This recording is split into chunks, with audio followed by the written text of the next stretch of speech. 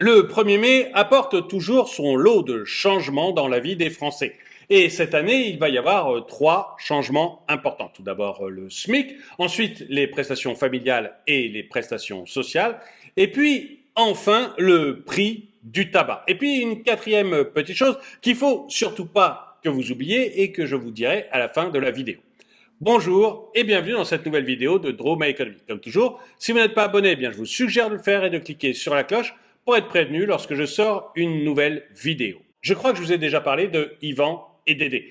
Yvan et Dédé, c'est deux frères, vous savez, qui avaient monté un petit business, pas extrêmement lucratif, mais qui leur permettait de vivre tous les deux. Eh bien, Yvan, Dédé, carte postale, ont fait faillite. Bah oui, le Covid, plus la guerre en Ukraine, plus l'inflation, plus les prix de l'énergie, tout ça a coulé complètement leur business. Yvan, lui, a rebondi relativement vite. D'ailleurs, il s'est même payé le luxe de refuser un emploi salarié qu'on lui avait proposé. Il était arrivé à l'entretien d'embauche et son patron lui avait dit « Écoutez, aujourd'hui, je vous embauche au SMIC, mais ça sera beaucoup plus tard. » Et Yvan lui avait répondu « Bah très bien, je reviendrai plus tard. » Bref, Yvan était parti et avait fini par trouver un autre job salarié assez facilement. Mais là, au 1er mai, pour Yvan, il y a quelque chose qui va probablement changer. C'est la hausse du SMIC. Le SMIC augmente au 1er janvier de 2,22%, ce qui fait une augmentation de salaire pour quelqu'un qui est à temps plein de 30 € net par mois. Alors, certains d'entre vous me feront remarquer dans les commentaires que Yvan, je viens de dire qu'il n'avait pas été embauché au SMIC. Oui, c'est vrai. Mais le SMIC a énormément augmenté ces derniers mois. Il a augmenté là de 2,22%, mais en tout sur un an, c'est une augmentation de 6%. Du coup, les salaires sont de plus en plus écrasés. Ceux qui étaient juste au-dessus du SMIC se retrouvent maintenant presque au SMIC. Yvan, pas encore, mais ça ne va pas tarder si le SMIC continue à augmenter à cette vitesse. Du coup, le gouvernement a demandé aux branches professionnelles de renégocier ensemble l'échelle des salaires pour que finalement les gens ne se retrouvent pas petit à petit tous au SMIC. Donc finalement, Yvan va probablement voir son salaire augmenter grâce aux renégociations de branches dans les 45 prochains jours. Et Dédé, me direz-vous? Eh bien, Dédé, lui, avait aussi réussi à trouver un travail, lui au SMIC, mais malheureusement, il a été viré. Dédé, lui, avait trouvé un poste de testeur de matelas chez Mérinos. Seulement voilà, une nuit, son patron est passé et il l'a viré parce qu'il avait trouvé éveillé. Bref, Dédé se retrouve maintenant à Pôle emploi. D'ailleurs, Dédé a eu la bonne surprise de s'apercevoir que ses allocations chômage ont augmenté de 1,9% au 1er mai également.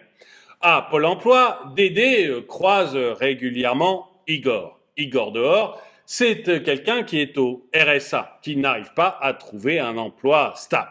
Et en parlant avec Igor dehors, Dédé s'aperçoit que lui aussi a vu son RSA augmenter au 1er mai. Au 1er mai, le RSA pour une personne seule et sans enfant a augmenté de 10 € par mois, alors que l'allocation adulte handicapé a augmenté, elle, d'un peu plus de 14 € par mois. Alors, certains d'entre vous me diront dans les commentaires qu'on est bien loin de l'inflation. L'inflation augmente de 5,6%. En tout cas, l'inflation en général, on est d'accord que l'inflation alimentaire a beaucoup plus augmenté que ça. Mais le RSA, les allocations familiales ou la prime d'activité, eux, n'ont augmenté que de 1,6%. Eh bien, le gouvernement a fait ça parce qu'ils ont accordé une augmentation exceptionnelle de 4% en juillet 2022.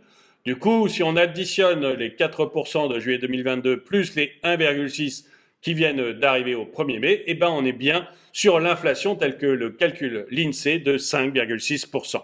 Bref, après avoir fini son rendez-vous Pôle emploi, Dédé sort et croise d'ailleurs deux des salariés Pôle emploi qui sont là dehors en train de discuter. La première dit à la seconde « Tu fumes toi après l'amour ?» Et la seconde lui dit « Je sais pas, j'ai jamais regardé. » Bon, ces idées de cigarettes donne envie à Dédé d'aller fumer. Il sort son paquet et allume sa première clope. Eh bien, ça, c'est la troisième information du 1er mai.